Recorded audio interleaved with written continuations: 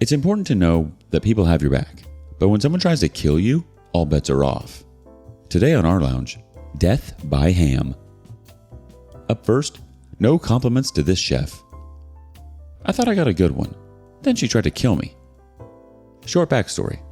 I have alpha gal syndrome. It sucks.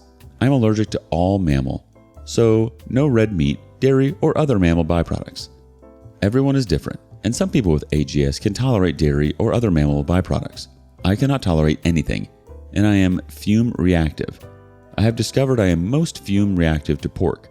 Though beef gives me a migraine, pork makes my throat swell, eyes itch, vertigo, bad deal. For Christmas, we were planning on going to stay with mother-in-law for a few days. Myself, my husband, and our 4 kids. We had to take 2 vehicles due to our carrier for the top of my SUV breaking on Christmas Day, which was fine. The kids could spread out, and we had more room for the ridiculous amount of gifts mother-in-law bought. My mother-in-law is very aware of my allergy. Myself and my husband were communicating with her leading up to the day we left about foods. I told her I would bring my own foods, but hubby made it clear that if she cooked a ham, I would not be able to be at dinner, as that is my worst reaction. She said she was making chicken. She sent me pictures of recipes, plant butter, vegan cheese, cashew milk, etc.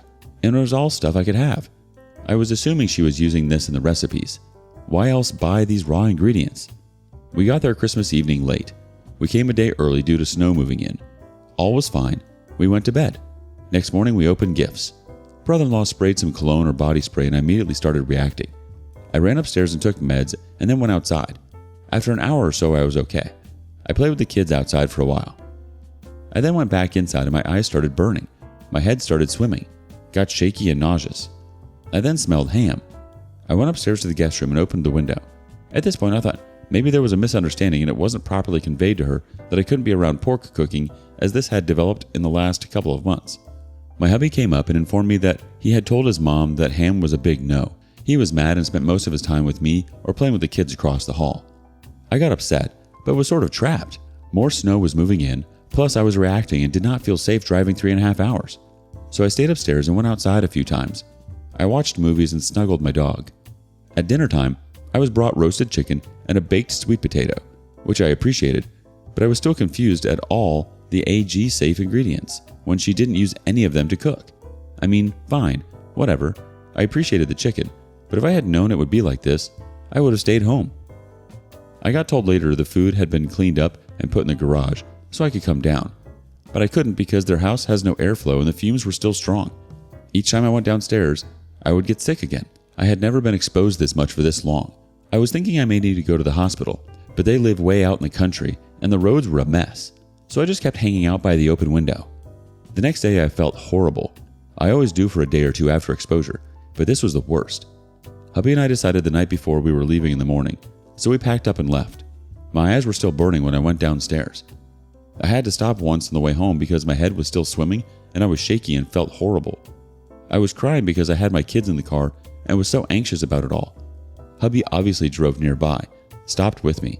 It took another 2 days before I felt normal. The only thing mother-in-law said to me as we were leaving, "I hope you feel better." To which I responded, "Well, I likely won't. We all just have to learn to live with this."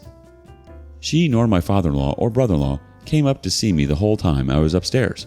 And honestly, that is what hurts the most. She lied about what she was cooking just to get us there so she could have Christmas with my kids and husband and didn't care about me. My husband said we aren't going back anytime soon and he is angry, but I'm not mad, just hurt. My ex-mother-in-law was horrible, and I thought this one was better. Lately, so many things have shown me that I was wrong and I hate it. ETA. In therapy today, I realized what she is mad at me about. I can't believe I didn't realize it sooner. She offered us land to move down closer to them, and I told her I didn't think I could do that because my family and friends are all near me.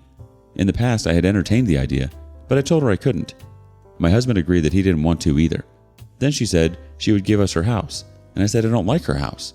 It is a lovely home, but the vibes are off, and it is still far from all my people. She offered to watch my daughter, 2, and help with the other kids, all boys, 14, and 9. I said it wouldn't be fair to pull them away from all their family and friends too. I thought she understood, but maybe she just wants to kill me off. Half kidding. The community has some thoughts. Tuppence07 says, "Dear husband says that you won't have to go back. This is good. Who lies when someone's life is at risk?" NattyNat24 chimes in, "Wow. First let me say that I am so sorry you were treated this way. You handled it better than I would have. I would have sent a scathing text to her calling her out. Thank God your husband was on your side. So many stories on here have little wussy husbands. Moving forward, you just put her in her place and let her know that you are not comfortable with her lack of understanding. You host your own family, and she can be invited when you decide you are ready. For me personally, I have no problem writing off anyone who blatantly disregards my health. Her selfish actions could have turned her own son into a widower.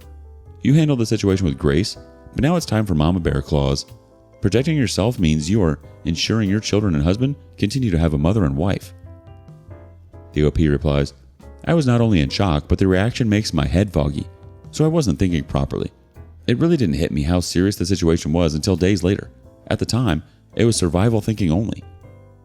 Buttercup303 has this to say, "I would explain to the kids that grandma just earned herself a long time out for disregarding your allergies and causing you to get sick. When adults behave badly just like kids, there are consequences. The consequences are a timeout for bad behavior, and once she apologizes and makes amends, she will be out of timeout. In the meantime, there will be no visits, no texts, no calls, no contact with the kids. She wants contact with your husband and the kids, so the consequences for her egregious behavior has got to be no access to hubby or the kids for a long time."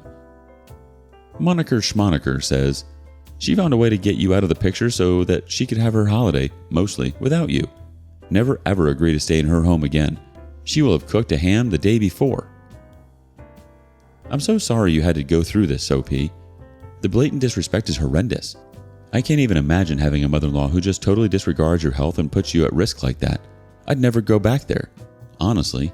And your husband should be pissed. You literally could have died. If I was your husband, I'd be livid. Sounds like everyone is so wrapped up in their own world. Next time, spend Christmas with just you guys. Your mother-in-law needs to know that her actions were incredibly dangerous and so wrong. Would she have done the same thing if one of your children had the same allergy? Screw her. Let us know your similar experiences in the comments below. Next, the blame game. Am I the a-hole for telling my husband's parents to stop telling people my name is Catherine and for embarrassing them in front of friends? My name is Rin. Just Rin, not Catherine. But ever since my in-laws have met me, they have gotten the idea that my actual name is Catherine, and Rin is just a nickname. I have asked them not to introduce me or tell people it's my name, but they always go back to it. My husband and I took a small break from them when it continued, and they apologized and seemed to be doing better. Then, for my mother-in-law's birthday, we were invited to celebrate with them, and a couple of her friends came up to me and asked if I was Catherine. They said mother-in-law talked all about me. I decided to get a little bit jokey instead of annoyed and played up on it, saying mother-in-law is so forgetful and that I was so sorry she told them the wrong name. That I'll need to write my name on everything she owns so they don't forget. Her friends found it funny, but told her it was weird that she gives them the wrong name. She and father-in-law came up to me close to the end of the party, and I told them to stop telling people my name is Catherine, and they need to accept that my name isn't up to them. They claim I was rude and that it was awful for me to try and embarrass them in front of their friends by joking with mother-in-law's friends. My husband told them they should have listened, but they are saying I took it too far, and maybe I did. Am I the a-hole? Ask the question, you get some responses. Professional Ad 9013 says, "How are they unaware that they're embarrassing both you and themselves in front of their friends? It's basic decent manners to get people's names right, to the best of one's abilities, whenever possible. Not the a-hole, Rin. I like your sense of humor." Trini 1113 says, "You could always just add Kath to the front of their names. Hi everyone, I'd like you to meet mother-in-law, Kath Margaret, and father-in-law, Kath Robert. And this is their dog, Kath Fido." Cerulean C says, "Not the a-hole. Can I introduce you to Brian, my brother-in-law, and Stephanie, my father-in-law?" What the heck? Your reaction was the best way to handle this situation. A name is part of someone's identity. If your name is Rin, it's Rin, not Catherine. They're taking it too far by telling people your name isn't what it is. They're embarrassing themselves. Maybe they should get their heads out of their butts and listen for once. Or maybe they do listen and they just ignore the fact that your name is Rin. They just need to flat out respect you. Thoughts, anyone? Lastly, a little support can go a long way. Am I the a-hole for leaving my babies inside by themselves? I, 20, am a mother of triplets whom are only 2 months old. I never expected ever in my life that I'd be a mother of triplets. So when I first became pregnant, It was definitely the last thing on my mind. I'm home with my babies all day long and had to even transfer my education to online. Sometimes I just need some fresh air, especially when I can't get them to stop crying, and I find myself getting super frustrated to the point of tears. It's honestly so hard, and Dad isn't here to help as he's either at work or at school. My fiance's, 24, parents rented us a main floor apartment, so when I step outside, I'm literally just sitting on a chair right beside the door. Plus I have a baby monitor set up in their room, and it has a camera on it, so I can literally see them and hear them, so if anything happened, I'd be able to quickly get to them. Being able to step outside for a few minutes to take a breather is really important to me because I start to have mini panic attacks when I can't get them to stop crying, and I get really frustrated because I just feel super overwhelmed. Being able to go outside just gives me a chance to calm down. My fiance came home to me sitting outside while the babies were crying and freaking out on me calling me a horrible mom and a bunch of other names that I'm not going to list here. He thinks that I was being super neglectful and putting the babies in harm's way, and even told his parents, and now everyone seems to be really against me. I grew up in this system.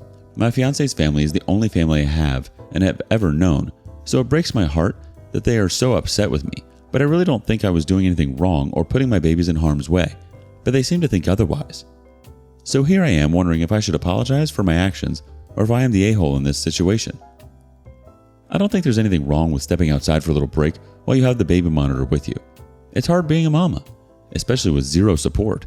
It sounds like your fiance doesn't treat you at all right and isn't providing enough support. This seems like a really toxic environment. Is it worth staying with him at this point if he can't see that you need some help? You shouldn't be scrutinized or shamed for needing a break. Update. I decided to show my fiance this thread at first. He was really upset with me for sharing our personal problems with strangers on the internet, even though it's anonymous. But in the end, when he had a chance to calm down and hear me and all of you guys out, he actually apologized and promised he'd be more involved with parenting and even is willing to take parenting classes, which I'll hold him to that. I just want to thank everyone for the support that you all give me. It brought tears to my eyes, happy tears, seeing how supportive you all were to a stranger on the internet. I don't think I ever received this much support before. I can't believe how much attention this post even got, plus the award again, thank you so much. We have a couple more reactions from the community. Important Lawyer 350 says, not the a-hole. When I had my baby, one of the things the nurses told me repetitively while in the hospital and during the home visits is that if she is crying and I know she has been fed, she has a clean nappy on and she isn't sick, and I'm getting stressed out, it's okay to go outside for a few minutes just to recollect myself. Their exact words were, a crying baby is an alive baby. They tell you this because it is better for a baby to be left to cry for a little while and the parents to get a breather than for parents to wig out and hurt their babies in frustration. This advice was so important. It allowed me to do what I needed to do without feeling guilty. And those few minutes really do help in those times when they won't settle. And I had one, let alone three. Idpara 2018 says, maybe. Dad needs to stay home with the babies by himself for about 12 hours just to see what it's like for OP and see how long it takes for him to need a break. Crimson Knight 004 says, not the a-hole. What you're doing is preventing shaken baby syndrome. When the caregiver is overwhelmed, you need to step away for a few minutes to collect yourself and breathe. Center yourself, calm down, do what you need to do. You'd only be an a-hole if you left them alone for long stretches of time. But it sounds like you only do it for short periods and monitor them when you do so. Nothing wrong with that. What did your fiance do to help with the babies? The OP replies, not really, as when he comes home he's really tired. I do over 90% of the childcare since they were born. He maybe will change a diaper once in a while. Dargy Lingard 1709 says, that isn't enough on his part. You're really tired too, and also in school. He needs to step up. Well, thank goodness he changed his tune. I'm glad you showed him this thread. He needed a kick in the pants. Way to go, OP. Keep us posted. We're here for you. What are your thoughts? Thank you for joining us today on rLounge. Before you go, be sure to like and subscribe and hit that notification bell. If you have something you want to say regarding today's content, share that with us in the comments below.